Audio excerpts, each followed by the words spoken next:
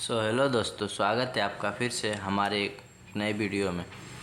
दोस्तों, आज हम लोग बात करने वाले हैं एक ऐसे क्वेश्चन को जो क्लास 10 का है और क्लास 10 के हर बोर्ड एग्ज़ाम में मतलब हर साल पूछा ही गया है। 100% मैं गारंटी देता हूँ आपको यह क्वेश्चन देखने को मिलेगा। तो इसलिए आप इस क्वेश्चन को अभी से तैयार कर लीजिए। तो चलिए इस क्वेश्चन को हल करते हैं। तो हमें यहाँ पर दिया गया है कि सिद्ध कीजिए कि √2 एक अपरिमेय संख्या है।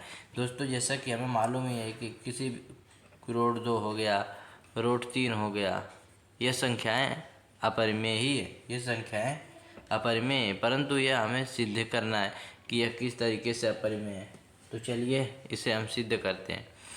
तो इसे सिद्ध करने के लिए सबसे पहले हम इसके विपरीत मान लेते हैं कि माना √2 एक परिमेय संख्या है।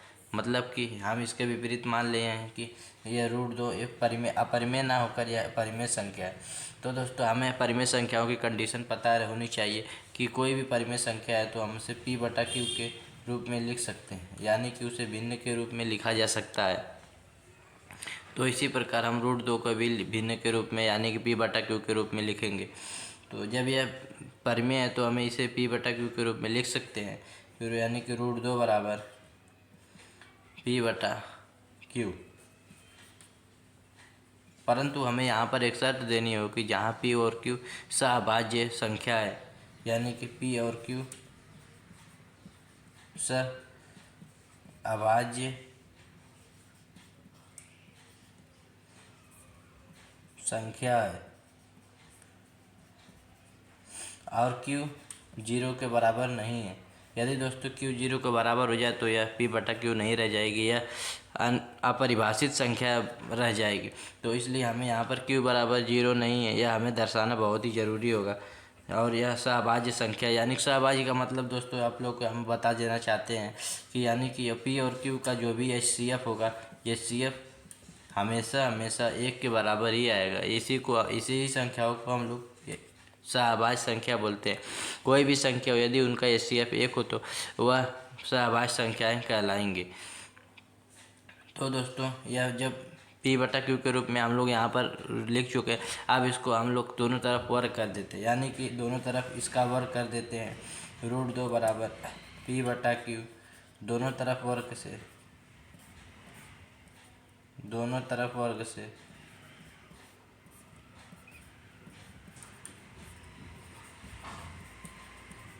यह लिखना आप लोगों को जरूरी है कि दोनों तरफ वर्ग करने के बाद हम लोग इसको इस तरीके से लिख देंगे। फिर उसके बाद हम लोग वर्ग को खोल देंगे।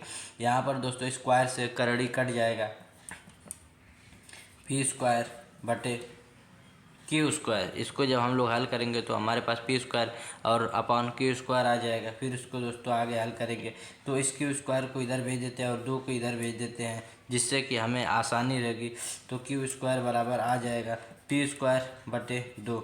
तो अब दोस्तों इसके बाद हमें करना है कि यह P², देखिए P²/2 यानी कि P² 2 से विभाजित हो रहा है, तो इसका मतलब P भी 2 से विभाज्य होगा। यदि किसी संख्या का वर्ग, मान लीजिए कि हम यहाँ पर ले लेते हैं कि 5 का वर्ग 5 से विभाजित है, ठीक है। 5 का वर्ग 5 से विभाजित, तो 5 भी विभाजित होगा। किस तरीके से देखिए बच्चों, 5/5 है तो 5 ये एक बार में कट जाएगा। यदि इसका स्क्वायर भी कर देते हैं तो हम 25, 5 का स्क्वायर 25 जगह और बटे 5, तो यह 5 बार में 25 यानी कि ये भी कट जाएगा, 5 आ जाएगा। यानी किसी भी संख्या का वर्ग है विभाजित हो रहा है उस संख्या से, तो वह संख्या भी विभाजित हो जाएगी। यानी कि P² अगर 2 से विभाज्य है तो P भी 2 से विभाज्य होगा। तो इसी बात को हम लोग यहाँ पर लिखेंगे, यानी कि P² 2 से विभाज्य है, इसलिए P भी 2 से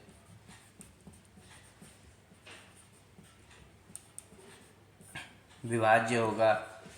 इस स्टेटमेंट को हमें लिखना ही होगा, तभी हमारा क्वेश्चन सही होगा। तो दोस्तों हम लोग मान लेते हैं इसको समीकरण नंबर 1 मानने के बाद हम यहाँ पर नीचे लेंगे कि माना जो यह P² 2 के पहाड़े में कितनी बार माना यह। तो दोस्तों हम लोग बस इसको मान लिए हैं कि माना ये जो तो P है यह 2 के पहाड़े में m बार में आ रहा है, कि मतलब ये जो जिस कि यह पी कितनी बार में कट रहा है 2 से, तो हम इसको मान लिए हैं कि ये पी जो है यह 2 के पहाड़े में यम बार में मतलब यम बार पहाड़ा पढ़ने पर 2 कट जाए। जिस तरीके से हम लोग यहाँ पर 5 का पहाड़ा 5 बार पढ़े हैं तो 25 आया, उसी तरीके से हम लोग को पता नहीं है कि पी कितनी बार पहाड़ा पढ़ने में आ जाए, इसलिए हम लोग मान लिए हैं कि पी 2 का पहाड़ा पी एम बार में पढ़ने पर हमें पी मिल जाएगा, यानी पी तब पूरा विभाजित हो जाएगा। तो दोस्तों यह पी का मान हम समीकरण नंबर 1 में रख देंगे। तो समीकरण 1 में रखने पर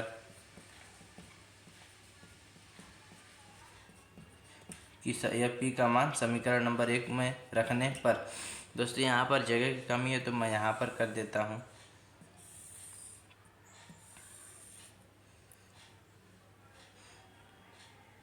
तो चलिए दोस्तों इस पी का मान जो यहाँ पर पी का मान है इसको हम लोग समीकरण नंबर 1 में रखते हैं, समीकरण नंबर 1 में रखते हैं। तो चलिए दोस्तों यहाँ पर क्यू स्क्वायर है, यहाँ पर पी स्क्वायर यानी कि पी की जगह 2m, इसका यहाँ पर स्क्वायर है तो इसका भी स्क्वायर हो जाएगा और बटे में 2 है तो 2 लिख देंगे बस। अब इसको हल कर लेंगे, 2 दूना 4 यम स्क्वायर यानी कि 2 का स्क्वायर 4 और यम का स्क्वायर यम स्क्वायर, तो बटे में 2 है। तो यहाँ पर हम लोग देख सकते हैं कि 2 एक कम 2, 2 दूना 4 यानी कि यह 4 भी 2 से कट गया, क्यू स्क्वायर बराबर 2 यम स्क्वायर। अब इसको यहाँ पर पक्षांतर कर देते हैं दोस्तों, यानी कि इस 2 को इधर भेज देते हैं, इसके भाग में 2 क्यू स्क्वायर बटे 2 बराबर एम स्क्वायर। तो दोस्तों हम लोग यहाँ पर देख सकते हैं कि यहाँ क्यू स्क्वायर बटा भी 2 आ गया, यानी कि यह क्यू स्क्वायर जो है यह 2 से विभाजित है, यानी कि 2 से पूरा कट जा रहा है, तो इसका ही मतलब होगा विभाजित है। तो इसलिए क्यू भी 2 से विभाजित होगा। ऐसा क्यों किया मैंने? क्योंकि दोस्तों हम यहाँ पर देख सकते हैं कि जिस तरीके से यहाँ पर पी स्क्वायर बटा 2 था वो भी 2 से यानी पी स्क्वायर विभाजित हो जा रहा था, और यहाँ पर भी क्यू स्क्वायर बटा 2 है तो इसलिए क्यू स्क्वायर भी और क्यू भी 2 से विभाजित हो जाएगा। तो दोस्तों हम इससे क्या हमें निष्कर्ष निकल के आता है, तो हम यहाँ पर जो माने थे कि पी और क्यू सहभाज्य संख्या है, यानी कि इनका एच सी एफ 1 हो जाएगा। तो दोस्तों आप लोग यहाँ पर देख सकते हैं कि इसका एच सी एफ यानी कि यह 2 से विभाजित हो जा रहा है, यानी कि 2 से यह कट जा रहा है, यहाँ पर भी 2 से कट गया क्यू, और यहाँ पर पी 2 से पूरा विभाजित हो गया। तो दोस्तों इसका मतलब यह धारणा गलत है कि जो हमने माना है कि यह परिमेय संख्या कि यह परिमेय, ये धारणा हमारी गलत है, क्योंकि हमें एच सी एफ 1 लाना था, जो कि तब अगर एच सी एफ आ जाता तब यह अपरिमेय संख्या सिद्ध हो जाती। एच सी एफ 1 नहीं आया इसलिए यह अपरिमेय संख्या है। तो दोस्तों हम लोग इसी स्टेटमेंट को यहाँ पर लिखेंगे, इसी स्टेटमेंट के लिए आपको नंबर मिलेगा। यदि यह स्टेटमेंट आप मिस कर देते हैं तो आपका नंबर कट जाएगा, या स्टेटमेंट आपको लिखनी होगी। स्टेटमेंट देखिए दोस्तों, इस क्वेश्चन को हल करने के बाद आप लोगों को नीचे लिखना है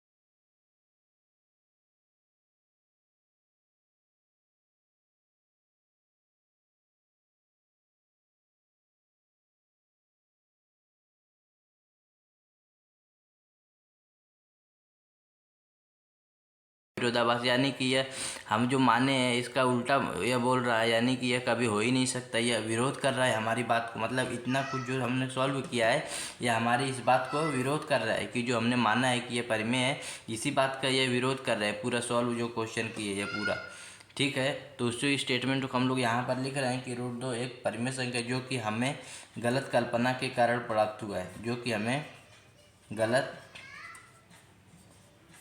कल्पना के कारण प्राप्त हुआ है। मतलब हमने यह माना था ना कि यह परिमेय संख्या, ये हमारी कल्पना थी, मगर यह हमारी कल्पना गलत है, यह हमें गलत कल्पना के कारण प्राप्त हुआ। फिर उसके बाद यहाँ पर फुल स्टॉप अब नीचे लिखेंगे, अतः √2 एक परिमेय संख्या है। और यहाँ पर जाके हमारा सभी क्वेश्चन सॉल्व हो गया और हमने यह प्रूव कर दिया कि √2 एक अपरिमेय संख्या है। तो दोस्तों इसी प्रकार से यह स्टेटमेंट जो है बहुत महत्वपूर्ण है। यह पूरी स्टेटमेंट आपको लास्ट में लिखनी ही लिखनी है, तभी जाकर आपको नंबर मिलेगा, वरना आपका नंबर पूरा पूरा कट जाएगा। दोस्तों ये इस पूरे स्टेटमेंट को लिखने के बाद हमें बस लिख देना है कि यह एक अतः यह √2 एक परिमेय संख्या है। तो दोस्तों इसी प्रकार से आपको चाहे एग्जाम में √3 मिल जाए, √5 मिल जाए या √7 मिल जाए, तो दोस्तों आपको इसी तरीके से करना। बस जहाँ जहाँ 2 है वहाँ पर 3 कर देना, 5 कर देना, 7 कर देना, आपका क्वेश्चन एकदम सही हो जाएगा। आपको कुछ भी चेंजिंग नहीं करना है। तो दोस्तों आशा करता हूँ कि आपको यह क्वेश्चन समझ में आया होगा। यदि आपको यह क्वेश्चन कुछ समझ में आया है या फिर आपको आ गया है तो यह वीडियो को लाइक कर दीजिए, चैनल को सब्सक्राइब कर दीजिए। ऐसे ही हमारे अमेजिंग क्लास लाते रहेंगे।